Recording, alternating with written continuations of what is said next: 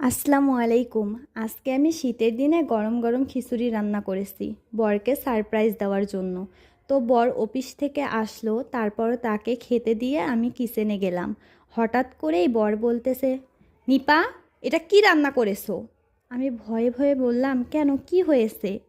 এভাবে কেউ রান্না করে? আমি ভয়ে চুপ করে আসি। তখন বর হেসে বলল, এত সুস্বাদু রান্না করতে পারো তুমি? খিচুড়িটা অনেক সুস্বাদু হয়েছে। যাক, আলহামদুলিল্লাহ। আসসালামু আলাইকুম। আজকে আমি শীতের দিনে গরম গরম খিচুড়ি রান্না করেছি বরকে সারপ্রাইজ দেওয়ার জন্য। তো বর অফিস থেকে আসলো, তারপর তাকে খেতে দিয়ে আমি কিচেনে গেলাম। হঠাৎ করেই বর বলতেছে, নিপা, এটা কি রান্না করেছো? আমি ভয়ে ভয়ে বললাম, কেন, কি হয়েছে? এভাবে কেউ রান্না করে? আমি ভয়ে চুপ করে আসি। তখন বর হেসে বলল, এত সুস্বাদু রান্না করতে পারো তুমি? খিচুড়িটা অনেক সুস্বাদু হয়েছে। যাক, আলহামদুলিল্লাহ।